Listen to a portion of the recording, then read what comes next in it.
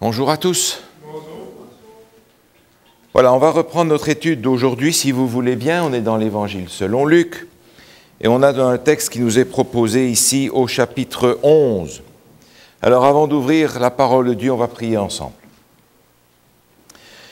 Notre Dieu, notre Père, nous te remercions pour cette parole que nous pouvons ouvrir en toute liberté. Donne-nous la grâce de la recevoir dans le cœur, nous t'en prions. Au nom de Jésus. Amen. Alors on a dans Luc chapitre 11 un texte que l'on retrouve un peu semblable dans d'autres évangiles, dans Matthieu en particulier, comme étant les malédictions que Jésus prononce sur son peuple. Et j'aimerais que vous repreniez ce texte pour qu'on essaye de voir quels sont les enseignements que Jésus essaie de transmettre, d'une manière un petit peu désespérée d'ailleurs, à son peuple à ce moment-là. Alors vous avez remarqué, il y a 7 ou 8 malheurs qui sont prononcés, suivant dans quel évangile on va les chercher. Jésus va s'adresser ici aux pharisiens, et vous vous souvenez, comment est-ce qu'il les qualifie dans l'évangile de Matthieu, ces pharisiens? Il ne le met pas ici dans le texte. Si, oui, c'est ça. C'est ça. Pharisiens, dans Matthieu, il les appelle hypocrites. Ok. Alors, qu'est-ce que c'est ça, un hypocrite? Vous avez un autre mot pour ça? Acteur. Un acteur. Oui. Ok. Surtout avec les autres, parce qu'il sait ce qu'il fait. C'est dire une chose et faire le contraire. Oui. Ou dire une chose pour ne pas le faire. C'est ça, il faudrait être facile. Mais alors, jouer un double jeu. Double jeu. Double personnalité. Inconséquent. Oui. Mais alors, bon, avec toutes les définitions que vous m'avez données là, qu'est-ce qu'on fait nous autres? On ne rentre pas un peu dans cette catégorie-là, nous, de temps en temps? Ou bien? Alors, quand Jésus lance ça aux pharisiens, alors, pharisien, c'est devenu presque une insulte aujourd'hui. Si on traite quelqu'un de pharisien dans l'église, oulala, ça c'est terrible. Mais écoutez, finalement, sans être nécessairement la réplique exacte de ce que ces gens faisaient, on a quand même ce problème d'être inconséquent. C'est vrai de dire des choses, d'enseigner des choses, et puis de pas réussir à vivre complètement ça. Alors, qu'est-ce que Jésus reproche à ces gens? Prenez les premières malédictions qu'il donne. Qu'est-ce que Jésus leur reproche?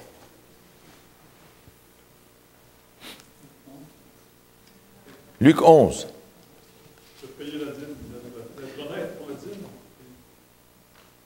Alors, ça c'est la deuxième. Il leur reproche d'être honnête dans la dîme, c'est ça? Est-ce que Jésus leur reproche d'être honnête dans la dîme? Donc il ne leur reproche pas ça. Qu'est-ce qu'il leur reproche alors? Oui, c'est ça. Il donne de l'argent, mais pour l'être humain, il ne s'en soucie pas du tout. Alors le reproche que Jésus leur fait par rapport à ça, c'est quoi? C'est comme si, dans leur don, dans ce qu'ils remettaient à Dieu, ils faisaient plus de façon machinale, Oui, sans le faire par reconnaissance pour Dieu, par amour pour lui, oui. dans leurs dîmes et dans leurs offrandes. Ils ont perdu le sens de ce que la dîme et les offrandes signifient. Et ils le font de quelle manière? Ils font, On se fait Ils le font à la place de quoi? Jésus leur dit. vous négligez la justice et l'amour à la place d'autres choses. À la place des choses qui sont essentielles, la justice, l'amour et ces choses-là. Donc ils ont l'impression qu'en faisant ces choses d'une façon minutieuse, ils vont être dispensés des autres. Ça va? Vous me suivez? Oui. Moi, dans un sens, pour faire bien, il était respecté quand même parmi le peuple, parce que c'est eux qui étaient les commissaires de la loi, Oui. c'est eux qui étaient les théologiens du temps, c'est eux qui enseignaient comment vivre une vie sainte, tout ça. Alors c'est sûr qu'il y avait une crédibilité, puis ils ne faisaient pas tout mauvais. Il y a des choses qu'ils faisaient bien, pour ça que Jésus disait, ben, faites ce qu'ils vous disent. Mais eux, ils ne font pas, non. Ils font pas. D'un certain sens, il y a, à cause de leur connaissance de la loi, puis de la justice avec laquelle ils voulaient appliquer la loi, tout ce qui était extérieur, toutes les cérémonies extérieures, toutes les traditions qu'ils avaient développées, ça prenait une importance énorme. Quand ils mettaient de l'eau, l'eau, il fallait qu'elle coule jusque-là, hein. C'était important. Si tu ne faisais pas ça, tu n'étais pas purifié. Alors, ça avait, comme le rituel avait, il donnait l'impression que tu devenais pur à cause de ce rituel que tu faisais. C'est sûr que c'était un mélange, puis ça mélangeait les gens. Puis quand Jésus est arrivé, il nous a dit, ça ne marche pas du tout votre affaire. C'était pas mal insultant. Oui, les pharisiens faisaient beaucoup de bonnes choses.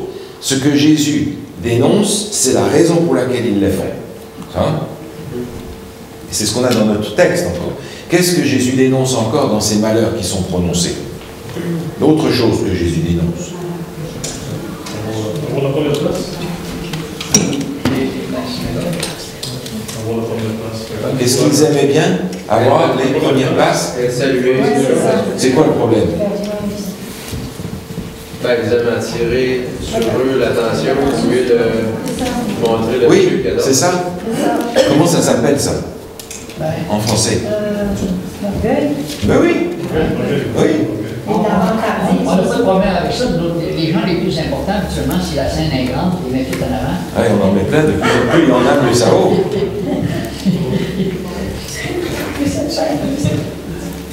Mais ça, c'est finalement c'est de l'orgueil. Il voulait que les gens les reconnaissent en tant que personnes, mais pas en tant que serviteurs, ce dont on va parler dans la fin de notre leçon, n'est-ce pas? Puis ça va loin quand il dit, bon, j'ai 10 feuilles de vente. Une pour le Seigneur, puis les numéros, c'est pour moi.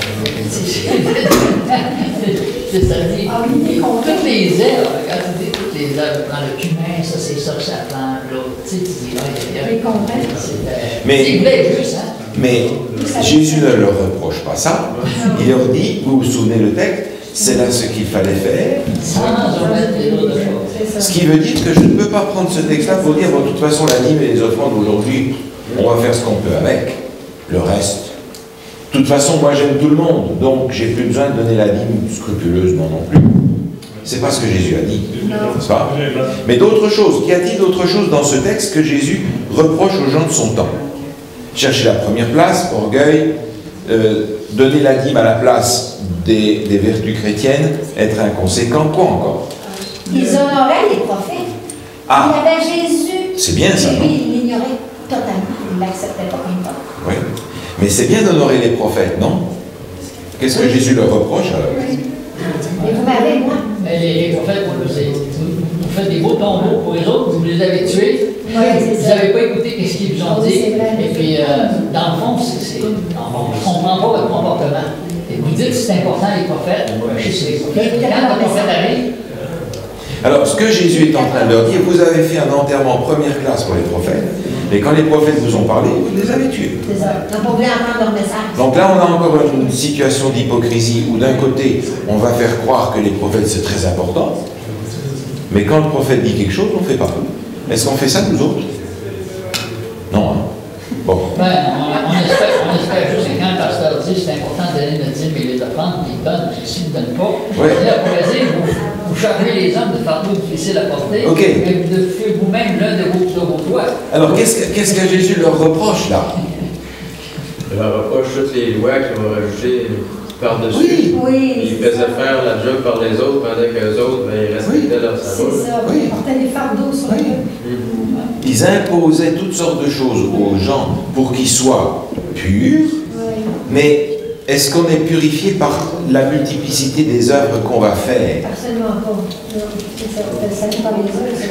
Mais Jésus est vraiment indigné parce qu'il s'aperçoit que tout cet ensemble de choses-là, ce mélange de vérité, d'erreur, de cérémonie, tout ça, c'est en train d'éloigner les gens de Dieu aussi. Et ça va à leur perdition. Donc Jésus est vraiment, tu vois, la façon qu'il leur parle, il dit ça ne peut plus continuer, il faut que ça arrête cette histoire-là. Tu sais. Comment quelqu'un est ménagé?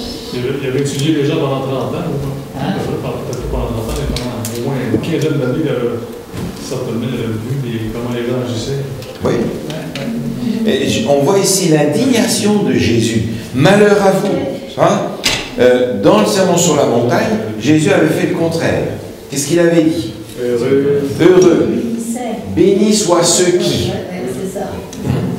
Mais ici, Ça, c'était le peuple. c'est le contraire. Ça, c'était mon peuple. Mais maintenant, qu'est-ce qu'il leur reproche encore? Il y a d'autres choses qu'il leur reproche.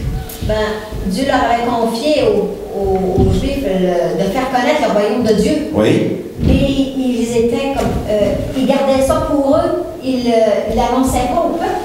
Ils ne faisaient pas connaître aux gens de. Verset 52. Oui. Nicole, tu veux nous lire le verset 52? Oui. 11. Malheur à vous, docteurs de la loi, parce que vous avez enlevé la clé de la science. Vous n'êtes pas entrés vous-même. Et vous avez empêché d'entrer ceux qui le voulaient. Voilà. Alors, qu'est-ce qu'il faisait pour empêcher d'entrer ceux qui le voulaient? Qu'est-ce qu'il faisait? En fait, on peut dire C'est tellement compliqué. Oui, Alain, tu veux dire? Non? Non, mais c'est quelque chose qui me trotte Ah, ok. quand même. Ça peut venir à votre question. Ça donne quoi, c'est venu? Parce qu'avant, c'était comme ça. Puis aussitôt qu'il est parti, c'est revenu comme ça. Puis c'est encore comme ça aujourd'hui. Oui. C'est toujours comme ça. Quand on regarde l'histoire du peuple de Dieu, ou ceux qui se disent chrétiens et tout, il n'y a rien de changé. C'est exactement ce qui est décrit là, à cette période-là. Le christianisme traditionnel d'aujourd'hui fait Bien encore la entendu, même chose. pas dans l'Église adventiste, mais quand on regarde tout le monde. Ben, j'ai pas donné de nom, mais je réfléchis d'une façon globale. Oui. Si on empêche les gens d'étudier la parole de Dieu comme il faut, on les empêche d'avancer vers le royaume. Ça va? Si on leur donne d'apprendre une doctrine à la place de recevoir un enseignement biblique, on est en train de les empêcher d'entrer aussi. C'est ça. Enseigner des bons de Oui. Moi, ce qui m'a frappé, c'est qu'au verset 45, un des docteurs de la loi, puis la parole est dit, t'es vraiment insultant, tu es en train de nous insulter. Oui. Pas correct ce que tu nous dis là. Là, on pense que Jésus va aller moi l'autre. Il continue Malheur. à dire, malheur à vous, docteur de la loi, parce que vous chargez les hommes de faire il en met, hein? Oui. Fait que, tu vois que quand la vérité peut être dite, je suis sûr que Jésus ne disait pas ça enragé, il est fâché. Mais il leur disait les choses qu'ils étaient. Il dévoilait la vérité parce qu'il voulait les sauver aussi. C'est là qu'on voit que l'amour, ça ne cache pas la vérité. C'est capable de dire, c'est comme ça que ça passe aussi. Jésus n'ajustait pas son discours sur ce que les autres allaient en faire. Il avait une vérité à donner et il la donnait. Maintenant, si tu te fâches à cause de ça, c'est ton problème. Ça va? Jésus leur disait que comme leader, ils n'étaient pas des bons témoins par leur vie. C'était pas conséquent avec ce qu'ils auraient dû enseigner. Ils étaient plutôt une pierre d'achoppement. Oui. Certains de leurs comportements empêchaient le peuple de suivre le Seigneur. Ça disait parce qu'ils avaient une religion de façade. Oui. Et puis,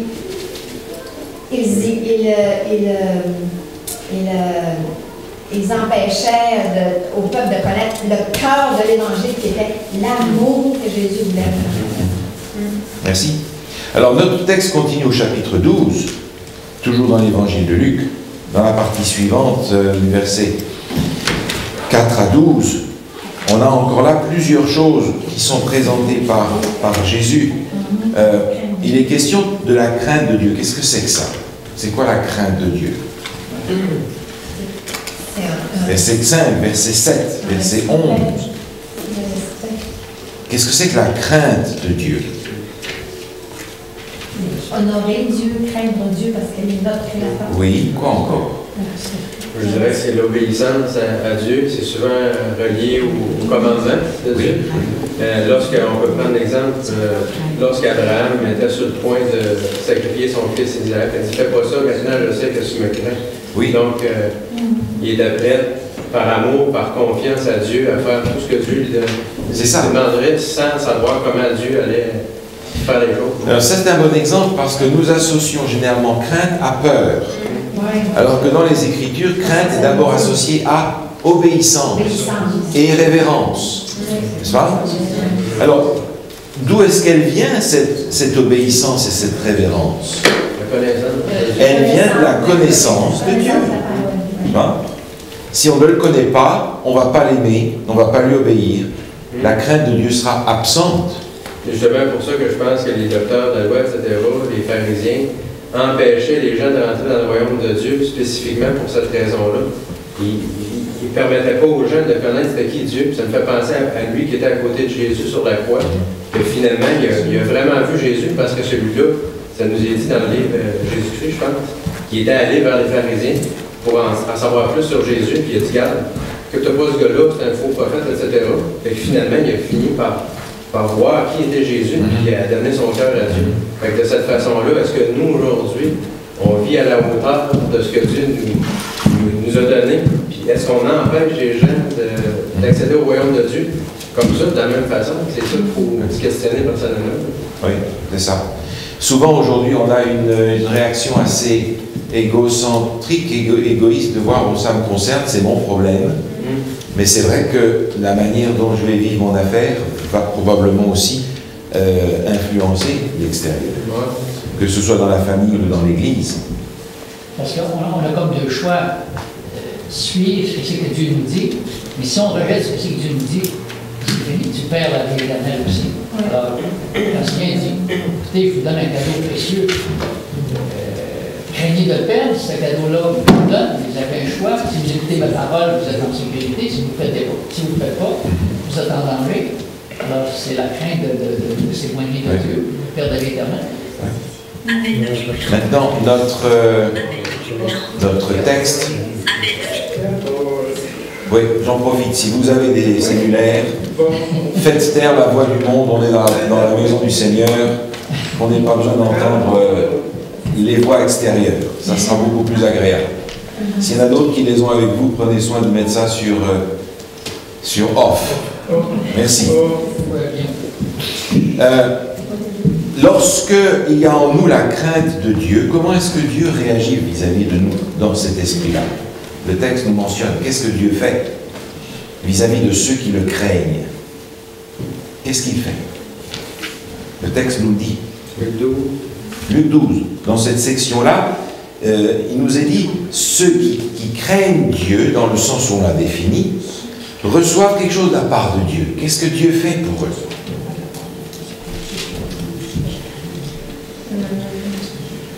Quiconque me confesse devant les hommes, je le confesserai devant mon Père. Non, vous allez trop vite. Trop loin. Qu'est-ce que Dieu fait? Ben, il dit qu'il s'intéresse à eux, il les protège, il compare ça à des passereaux, il dit, regarde, les passereaux c'est important pour Dieu. Vous autres qui valez bien plus, imaginez quand même qui est concerné pour vous. C'est ça? Si je mets en Dieu ma crainte dans le sens obéissance, révérence, parce que je l'aime et que je le connais, c'est ce qu'on a défini avant, Dieu va répondre à ça en prenant soin de moi. Et il prend là des exemples qui sont intéressants. Un petit moineau, ça vaut 3 fois rien, mais tu vaux quand même plus que ça. Dieu prend soin des moineaux, tu ne penses pas qu'il va prendre soin de toi? Donc il y a cette relation qui a un bénéfice dans les deux sens. Dieu prend soin de ceux qui le craignent. Ce que je trouve beau, c'est que le Seigneur s'adresse encore aux pharisiens, à ceux qui sont là, et il est en train de leur dire, vous êtes aussi précieux à mes yeux. Même si je vous dis ça, c'est pas parce que je vous déteste ou j'ai quelque chose contre vous. Pour moi, vous êtes tous précieux à mes yeux. Alors, c'est l'amour qui prédomine au travers de tout ça. Oui, tout à fait. Il y a aussi c'est le texte auquel Nicole faisait allusion tout à l'heure, il y a aussi cette relation proche que l'on retrouve dans le verset 8. Alors, dans ce cas de relation à deux voix, qu'est-ce qui nous est dit dans le verset 8 et 9? Comment est-ce que c'est décrit, cette relation à deux voix? Quiconque me confesse devant les hommes, me confesse devant les anges de Dieu, devant le Père. Ça veut dire quoi, ça? Le Seigneur est en train de dire, ce que vous faites là, vous donnez une mauvaise image de moi. La façon dont vous vous comportez, ça ne reflète pas ce que moi je suis. La façon que vous ne pouvez pas être mes témoins, la façon dont vous êtes. C'est un bon témoin, il n'y a pas de. Alors, si on est un bon témoin, qu'est-ce qui arrive? Parce que Jésus dit, vous n'êtes pas des bons témoins. Mais si on est un bon témoin, quelle promesse nous est faite? Dieu va nous compenser. On peut savoir que le Seigneur prendra aussi notre défense, non pas pour des choses moindres, mais pour ce qui concerne l'éternité. Pour ce qui concerne la vie éternelle. Donc finalement, c'est une relation à deux voies qui est terriblement injuste, parce que le Seigneur dit, honorez-moi devant les hommes pendant votre vie qui est 3 fois rien. Et moi, je m'occupe de vous donner la vie éternelle. C'est ça? Ce qui veut dire que finalement, c'est un livre qui est très inégal, parce que le Seigneur nous demande quelque chose de finalement très petit, à côté de quelque chose d'immense qu'il nous offre. C'est une manière de dire, je ne vous demande pas grand-chose finalement. Ou bien, je vous demande quelque chose de fort petit, fort simple, à côté de ce que moi je vous donne à la place. Parce que ces pharisiens et ces gens à qui il parlait pensaient qu'ils avaient fait des choses extraordinairement grandes pour Dieu. Et je dis, mais vous faites rien. Même si vous faites des tonnes de choses pour moi, ça fait quoi? Ça n'a pas de sens. Dans la balance, ça n'a pas de poids dans la balance de la justice et du salut. Donc Jésus remet finalement les choses dans une perspective qui est bien, bien différente. Dans la suite de notre texte, versets 13 à 21, il y a une histoire qui est racontée. Qu'est-ce que vous la connaissez, on n'a pas besoin de la raconter. On va parler du riche fou, hein, si vous voulez. Qu'est-ce que Jésus veut enseigner avec cette parabole-là? Qu'est-ce qu'il veut dire? En qui ou en quoi est-ce qu'on met notre confiance? En qui, en quoi on met notre confiance? Que souvent, l'amour des richesses peut nous entraîner loin de Dieu par notre vie de suffisance. Oui. On devient égoïste. Ça montre que cet homme-là, il est béni de Dieu. Okay? Il a beaucoup de bien et tout ça. Mais il ne reconnaît pas que c'est Dieu qui est l'auteur de ses bénédictions. Alors qu'est-ce qu'il fait? Il se pense bien intelligent, comme un homme d'affaires qui est très habile dans les affaires, il veut s'enrichir davantage. Alors, il n'utilise pas ses biens, puisque c'est qu'il possède, au service de Dieu et pour les autres, il l'utilise toujours pour lui-même. Alors, c'est une façon égoïste de pouvoir dire, ça m'appartient à moi, et Dieu n'a pas d'affaires dans cette histoire-là. Il pense beaucoup plus à lui, à ses affaires, à ses business, plutôt qu'à Dieu et aux autres. Oui. Je dirais même plus, il détourne des richesses et des bénédictions que Dieu lui a données pour aider les autres, pour mettre au service des enfants de Dieu, pour son propre profit, pour dire c'est moi qui vais en profiter. On a là une leçon sur l'égocentrisme. Et une leçon aussi sur le matérialisme. Parce qu'aujourd'hui, la mentalité, c'est prospérer. Faire plus, faire mieux, gagner plus, augmenter. Si vous n'avez pas d'augmentation dans vos profits, si votre entreprise stagne, c'est pas bon, il faut que vous fassiez plus. Et ici, le plus, il n'est pas pour le service, il est pour moi. Alors on a ici une leçon qui, en fait, parle au monde d'aujourd'hui, qui veut plus, qui veut montrer qu'on a fait plus, mais c'est pour qui? Alors, écoutez, moi je vais tourner ça un petit peu autrement. Vous allez peut-être me lapider pour ça, mais ça fait rien.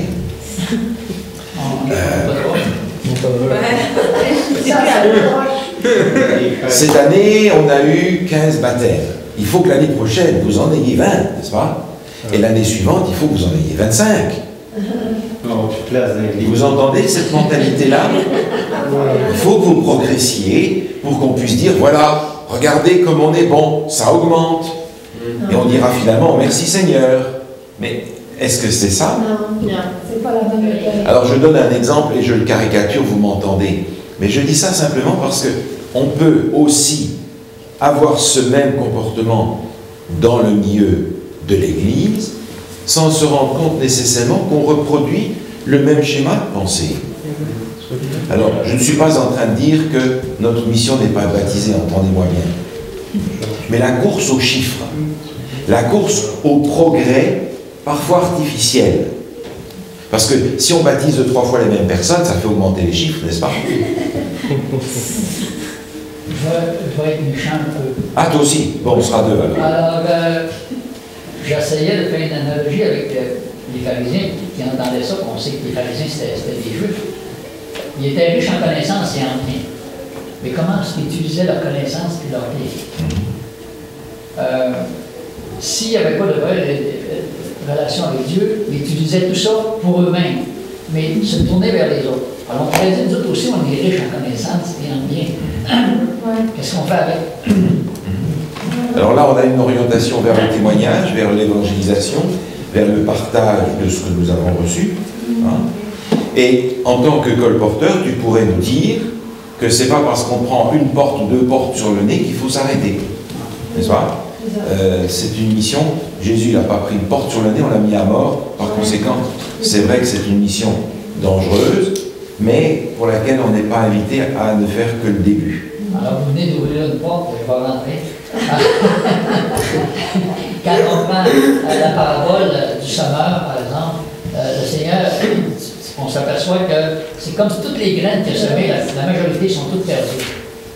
Le Seigneur dit ça vaut le garde-pas. Vous semez, vous allez finir. Si la semence elle tombe dans la bonne terre, un jour ça portera du fruit pour l'éternité. Et en attendant, ce que Dieu veut, c'est qu'on sème. Tu peux distribuer des lots toute ta vie, peut-être jamais savoir qu'est-ce que ça va donner. Mais le Seigneur, il dit, si tu fais rien, il n'y a rien qui se passe. Mais si tu fais quelque chose, il est savoir. Alors, la parabole du semeur, elle est dans notre leçon. Oui. Alors, on va sauter une partie pour en renvoyer sur ce que nous dit Jean-Guy, qui met du désordre dans le programme, mais ça fait rien. On va regarder cette parabole-là, puisqu'on est. Alors, la parabole du semeur qu'on a au chapitre 8 de Luc, on l'a dans d'autres évangiles, vous le savez, mais on a là 4 chemins. J'aimerais que vous me disiez ce que vous retenez comme enseignement de cette parabole-là. Jean-Guy nous en a donné un, j'aimerais que vous en trouviez d'autres. Qu'est-ce qui va empêcher, pour vous orienter peut-être, qu'est-ce qui peut nous empêcher d'être la bonne terre? Parce qu'on parle d'évangélisation, on va dire la bonne terre c'est là dehors, mais moi je mets ça là-dedans. Parce que des terrains pierreux, il y en a là, des terrains avec les épines, il y en a là, des terrains, des chemins, il y en a ici. Donc, qu'est-ce qui nous empêche d'être une bonne terre? Le moi. C'est de pas mettre en pratique la parole de Dieu, pas mettre en pratique la parole de Dieu, c'est que si on a une relation avec Dieu, on va le mettre en pratique. Oui. Si on ne l'a pas, ben, les gens vont le voir aussi autour de nous, dire être chrétien, oui, puis... Mais en rapport avec notre parabole, oui. Les soucis de la vie, les casse-têtes. Alors, les soucis de la vie, Jésus insiste là-dessus, mais vous n'en avez pas, vous, des soucis de la vie, un peu? Oui. Vous n'avez pas l'impression que ça vous étouffe dans votre affaire? N'est-ce pas? Et ça, c'est une chose dans laquelle on est baigné, à laquelle on est confronté constamment, et qui fait de nous un terrain plein d'épines quand même. N'est-ce pas? Il y a encore un terrain qui est intéressant. Qu'est-ce qui nous empêche d'être la bonne terre? Les soucis. C'est ce qu'on a déjà dit tout à l'heure, oui. Le temps, on ne trouve pas le temps jamais. Consacrer juste à nous autres. Le chemin, le rocailleux. Alors le rocailleux, c'est quoi? Comme une roche, avoir le cœur comme une roche. Non, c'est pas ce que le texte dit. Manque d'entretien, il faut travailler la terre, enlever tout ce qui empêche les bonnes choses de pousser, justement. Qu'est-ce que les semences dans le terrain pierreux n'ont pas? Ils n'ont pas de terre. Pas de racines. Elles n'ont pas de racines. Pas de racines. C'est quoi ça, les racines? Solide dans les épreuves, solide. Ce qui fait que quand une épreuve arrive, comme dit Jésus, il n'y a pas de racines. Un arbre qui n'a pas de racines, un petit coup de vent, ça fait quoi? Il s'envole. Hein? Un chien d'air a des bonnes racines. Oui, le pissenlit aussi. Hein? Il grandit pour un temps. Mais c'est quoi alors les racines pour nous en tant que croyants? Cette racine, elle est où? Elle est quoi? C'est quoi alors? La parole de Dieu, la relation avec Dieu, pas encore. La prière. Le service auprès des hommes. Parce que, regardez, l'Église est à moitié pleine ou à moitié vide. Tout à l'heure, elle sera pleine. C'est quoi qui fait la différence? Les enfants. L'amour de la parole. Les enfants. Les enfants sont Parti. L'amour de la parole. Est-ce qu'on a vraiment l'amour de Dieu? Oui. Vous voyez, je suis en train de dire que les racines, il va falloir qu'on les fasse pousser d'une façon volontaire. Elles ne vont pas pousser toutes seules. Il va falloir qu'on fasse ce qu'il faut pour qu'elles poussent ces racines. Parce que un bon nombre d'entre nous, si on leur demandait de justifier leur observation du sabbat, ou la manière dont ils s'habillent plutôt qu'une autre, ou certains enseignements bibliques, la première chose que vous allez faire, c'est téléphoner au pasteur pour savoir ce qu'il faut répondre. N'est-ce pas? Ou bien, ben, pratiquement chaque sabbat, il y a quelqu'un qui pose la question de ça. Hé, pasteur, qu'est-ce que je dois répondre si on me demande ça? J'ai envie de dire, mais t'es assez grand pour chercher tout ça. Tu crois que je vais chercher où, moi? Vous me suivez? Elles sont où vos racines? Sur le pasteur. Sur le pasteur?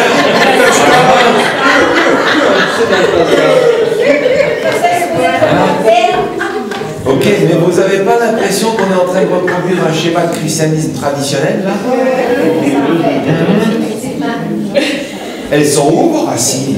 Dans la parole. De la parole. Alors, je suis en train de vous dire ça, justement. Je ne suis pas en train de dire qu'on n'est pas là pour s'entraider, pour se soutenir. Je suis en train de dire où sont vos racines. Réfléchissez pour savoir si vous en avez, et si ceux qui ne sont pas là ce matin en ont des racines. N'est-ce pas? On a dans notre leçon cette section de Luc, chapitre 12, les versets 35 à 53. Il y a beaucoup de choses encore là-dedans. Le temps que nous avons ne nous permettra pas de regarder tout ça. Mais on a au verset 40 une famille qui a un problème. Dans les versets qui précèdent, d'ailleurs, elle est décrite, cette famille. Quel est le problème de cette famille-là? Face au retour de Jésus, on se dit, est-ce qu'on est prêt? Ah! Est-ce qu'on est prêt? Tenez-vous prêt. Qu'est-ce que cette famille dit? L'équivalent dans les autres évangiles que vous connaissez. Qu'est-ce qu'ils disent? Quelle est la mentalité? Le Seigneur tarde Dans la venue. Encore le temps. à venir. Ça presse pas. Hein? Et puisque le Seigneur tarde à venir, alors il y a des choses qui changent. Si le Seigneur tarde, qu'est-ce qui va changer dans notre manière de gérer la vie chrétienne? Pardon? Si ça tarde, on a tendance à négliger. Négligence. Quoi encore? De l'indisbat.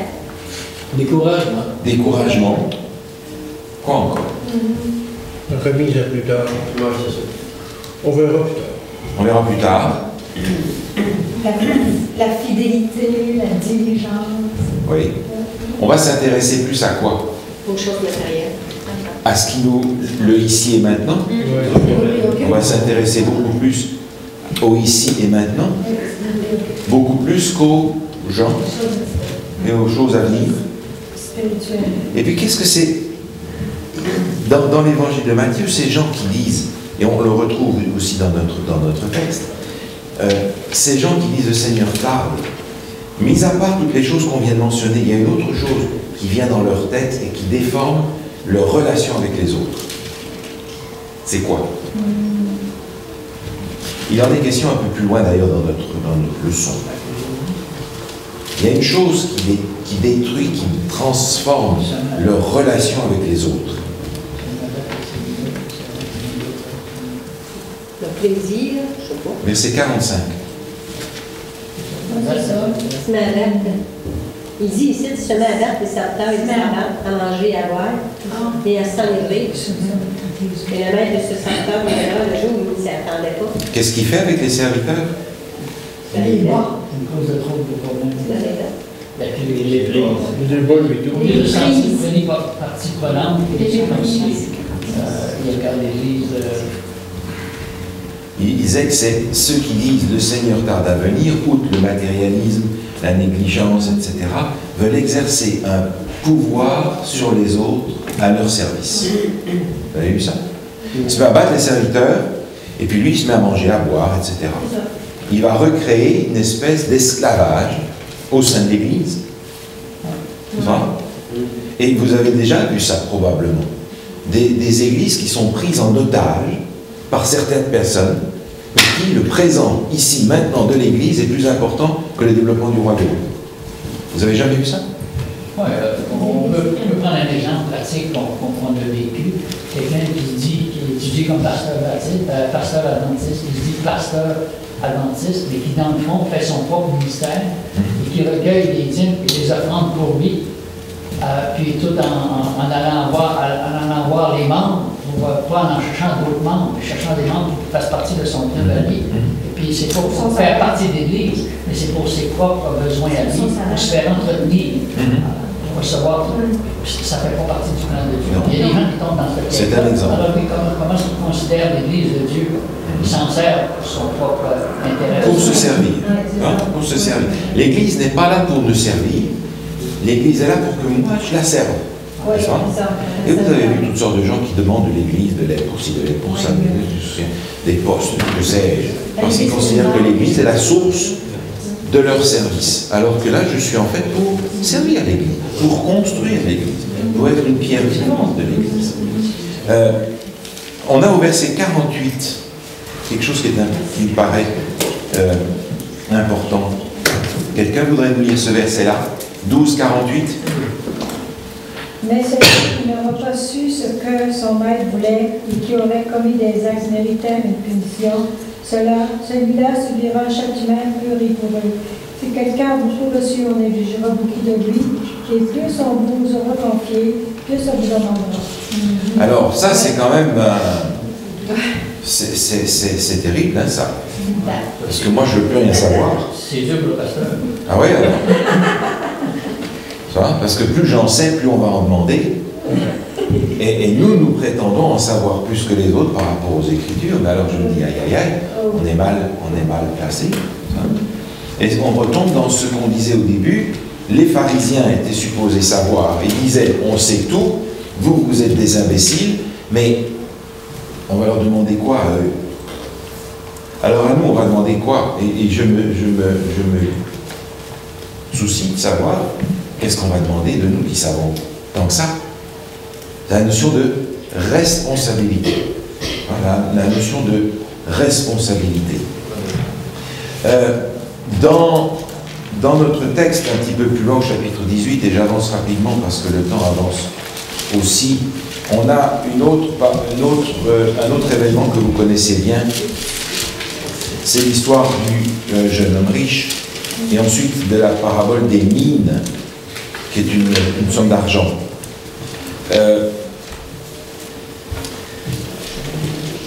Le jeune homme riche. Alors, l'histoire du jeune homme riche, on la connaît. Il avait une bonne intention, cet homme. Qu'est-ce qu'il voulait?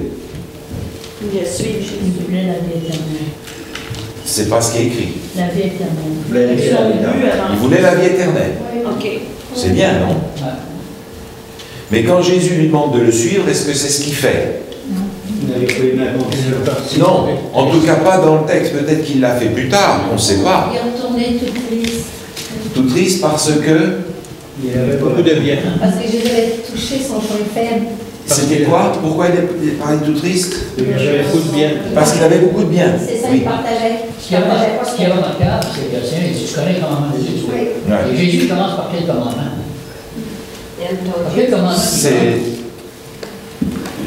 Rappelle-nous. Tu Quoi, ne rappelle-nous? commettras point d'adultère et d'habitude de tout acheter tes riches. On est beaucoup plus loin. Moi, je sais un peu ce que ça veut dire. Jésus est en train de dire, tu ne connais pas le texte. Ouais. Ça commence mal, hein? Et après ça, il dit, tu ne tueras point, tu ne dérangeras point. Alors, le Seigneur est en train de dire, tu n'es même pas fidèle dans tes dîmes, les offrandes d'argent, tout ça, tu t'en sers pour toi. Alors, le Seigneur, il pointe exactement les commandements qui vont directement à son cœur, à lui, pour qu'il puisse se voir tel qu'il est, et non pas comment il pense qu'il est capable de tout acheter parce qu'il est riche. Il dit, non, je ne peux pas acheter ça, mon ami. Mais lui, il dit, j'ai fait tout ça depuis ma jeunesse. Ouais, c'est bien dans tes histoires, c'est ce que tu fais. Et ça n'est pas suffisant. C'est pas suffisant.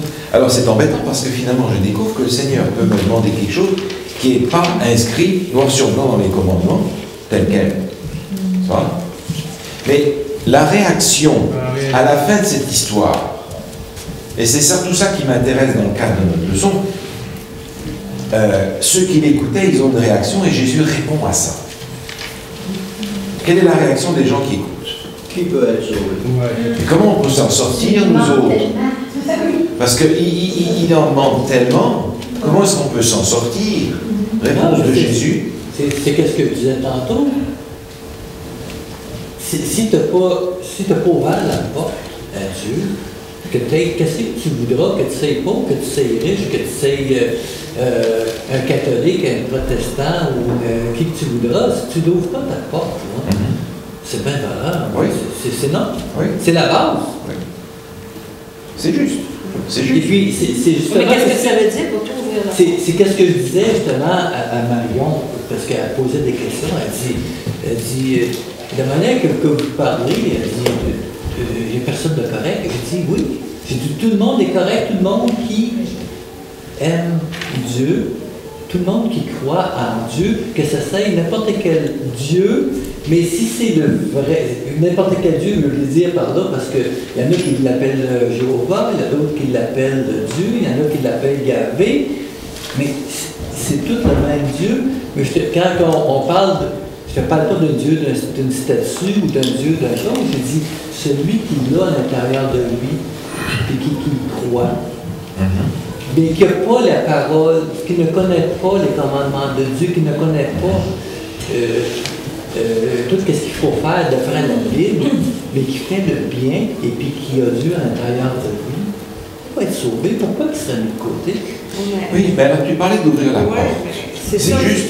Mais Jésus dit d'ouvrir la porte à quoi dans le texte? Comme croire en Dieu. Il dit croire en Dieu, là, on va avoir une conversation. Qu'est-ce qu'il dit au verset 27? C'est terrible, mais en fait, c'est quoi tu entends passer? Il y en a qui disent croire en Dieu, mais quand c'est le temps de laisser toutes ses richesses, lui, il n'est pas capable. Mais il croyait, c'est pas parce qu'il ne croyait pas. Il était facile à Dieu. Jésus répond à ces gens, vous avez raison, c'est pas possible, vous n'y arriverez pas. Point à la ligne. C'est ça. Mais C'est pas Dieu. si vous choisissez le chemin par lequel c'est possible, ça va marcher. C'est ça. Vous me suivez? Donc Donc ça demande de notre part un changement de mentalité qui est le même que Jésus demande toujours aux pharisiens, c'est-à-dire de sortir de ce salut par les œuvres et de rentrer dans la dynamique du salut par la foi. On dit pas que c'est facile parce qu'on essaie des fois de se mettre à la place des disciples. Puis après qu'on a lu ça dans le chapitre 18 de Luc, Pierre dit, ben oui, mais nous autres, Seigneur, là, notre riche-là, il ne peut pas tout laisser. Mais nous autres, on a tout laissé. Tout laissé. OK? Alors, puis on t'a suivi. Ouais. On t'a fait confiance. Hein? Et puis, Jésus dit, ben oui, il n'y a pas personne qui a écouté à cause, vous voyez, de Dieu, sa maison, sa femme, ses frères, ses parents, ses enfants.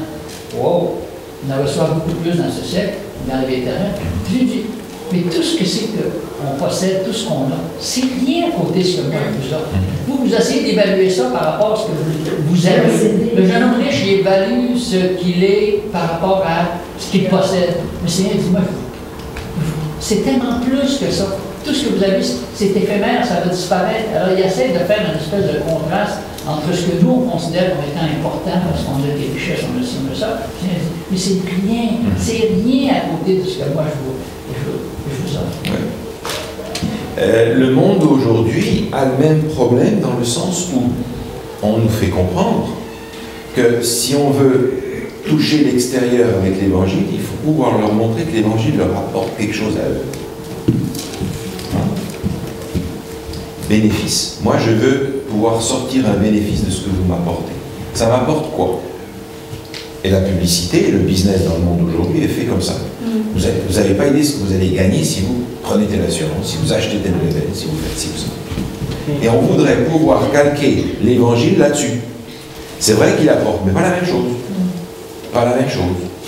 Et la parabole suivante nous dit aussi c'est la même histoire. C'est au chapitre 19, verset 11. Versets 11 à 27. Une parabole qui est ici présentée dans l'évangile de Luc, parce qu'on regarde l'évangile de Luc comme étant la parabole des mines, c'est-à-dire un certain poids d'argent, environ 820 grammes, mais que l'on retrouve dans l'évangile de Matthieu sous la forme de quoi? La parabole des talents, hein, un peu de choses près, n'est-ce pas? Alors, qu'est-ce que ces serviteurs doivent faire? Faire profiter. Faire prospérer. Et développer. Faire prospérer les petits sous qu'on leur a donnés. C'est-à-dire, pas grand-chose.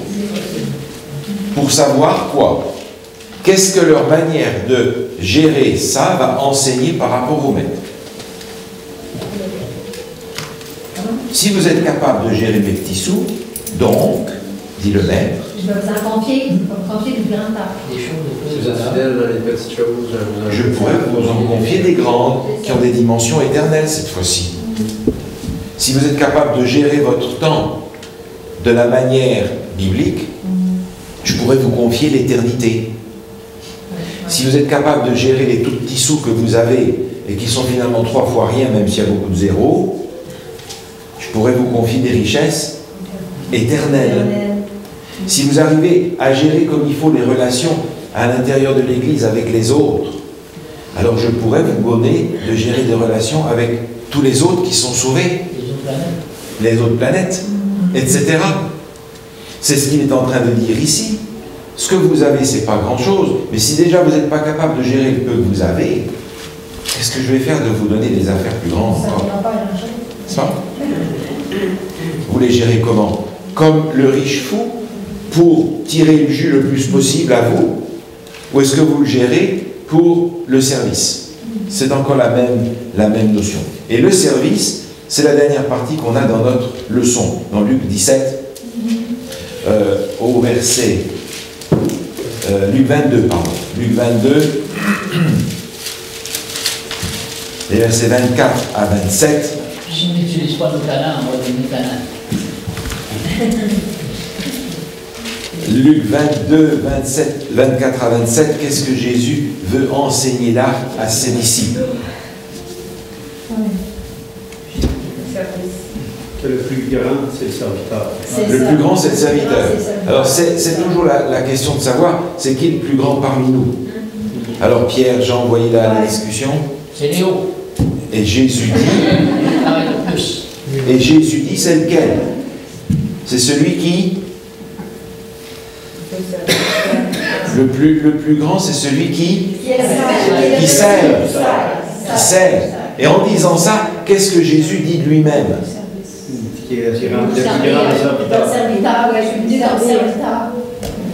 Parce que Jésus est venu pour faire rien d'autre que de servir des gens qui ne voulaient pas de lui. On est dans un monde qui est complètement opposé aujourd'hui. Alors on fonctionne autrement, vous comprenez? On fonctionne tout à fait autrement. Regardez aussi ce texte qui est dans Luc 17.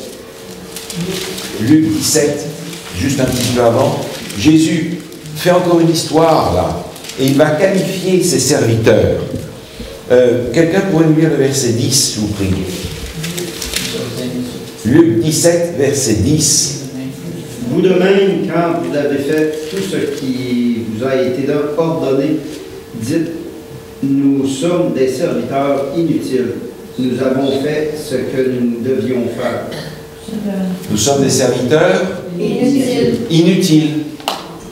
Vous savez, une fois, j'ai fait une prédication dans une église sur ce texte-là, en expliquant que Dieu nous fait la grâce de nous appeler à son service, mais en fait, si tout d'un coup, on s'imagine que parce qu'il nous a appelés, on est utile à quelque chose, on est de nouveau, encore une fois, à côté de la plaque. Et j'ai eu quelqu'un à la sortie qui m'a dit, « Pasteur, vous ne devez pas dire qu'on est des serviteurs inutiles. On est utile à quelque chose. Parce que là, franchement, moi, je sais faire quelque chose. » Je me suis dit, tiens, intéressant. Mais il faudra que je revienne dans cette église. On a cette réaction. Serviteur inutile, non, je sers à quelque chose. Et Dieu dit, mais le jour où tu meurs, quelqu'un d'autre qui va prendre ta place. Il n'est pas irremplaçable. Personne n'est irremplaçable. Personne n'est À partir du moment où on a découvert cette mentalité de Jésus, du service gratuit, À ce moment-là, le Seigneur peut nous utiliser. Mais les serviteurs qui pensent être utiles sont les plus inutiles que le Seigneur puisse avoir. Tu sers pour la bonne raison, puis tu peux servir pour une mauvaise raison. Oui. Parce qu'il y en a souvent un titre, pour eux autres, c'est très important. Comme si ça les rend un peu supérieurs aux autres. Hein? La couronne est plus grosse. Oui, oui. Et pourtant, on apprend dans les Écritures que par rapport aux dirigeants, par rapport aux autorités, qu'est-ce qu'il faut faire? Les seconder. Les respecter, les soutenir. Les soutenir. Alors, vous voyez, il y a quelque chose en tension là. D'un côté, on nous dit, vous avez des gens qui sont responsables, soit dans l'Église, soit dans l'État, il faut les respecter. Mais de l'autre côté, on dit, tous ces gens-là sont des serviteurs inutiles. Hein? Alors, vous voyez, il y a une tension là, où on doit pouvoir associer d'une part la notion de service, mais aussi la notion de respect et de responsabilité. Ces deux choses-là doivent être intégrées l'une dans l'autre pour que ça fonctionne. Et on a souvent tendance à vouloir dissocier ces deux choses-là.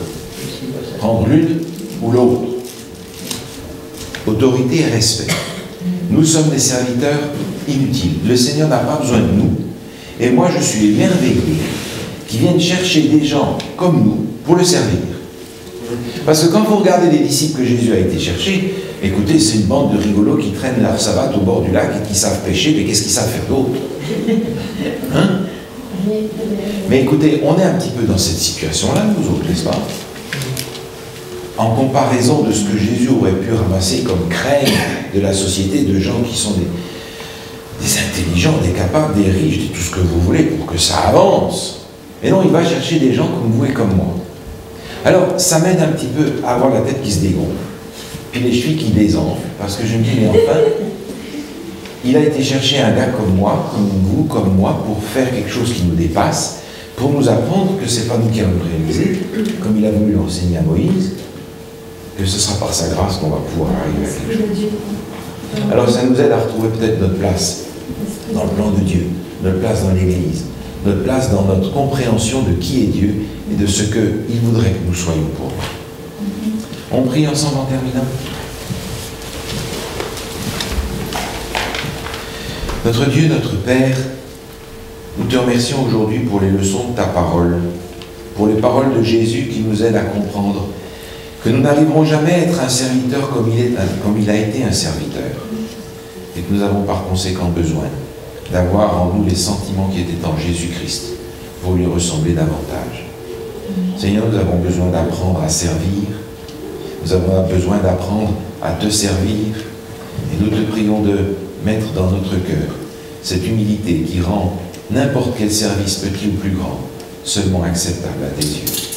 Nous t'en prions au nom de Jésus.